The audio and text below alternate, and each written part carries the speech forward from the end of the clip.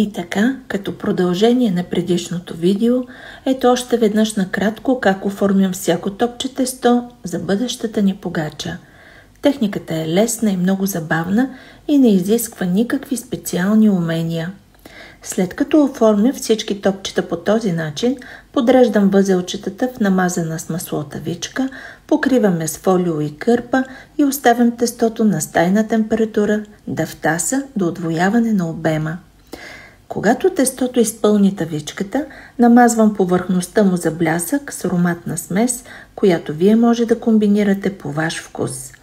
Погачата изпекох предварително загрята на 230 градуса фурна през първите 15 минути, след което намалих температурата на 180 градуса и допекох за още 30-35 минути или до златисто. Уханието на прясно изпечена погача бе невероятно. Тънките й нишки се разплитаха като кълбо прежда.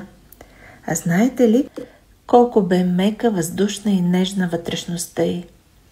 Но мисля, че вие разбрахте това, нали?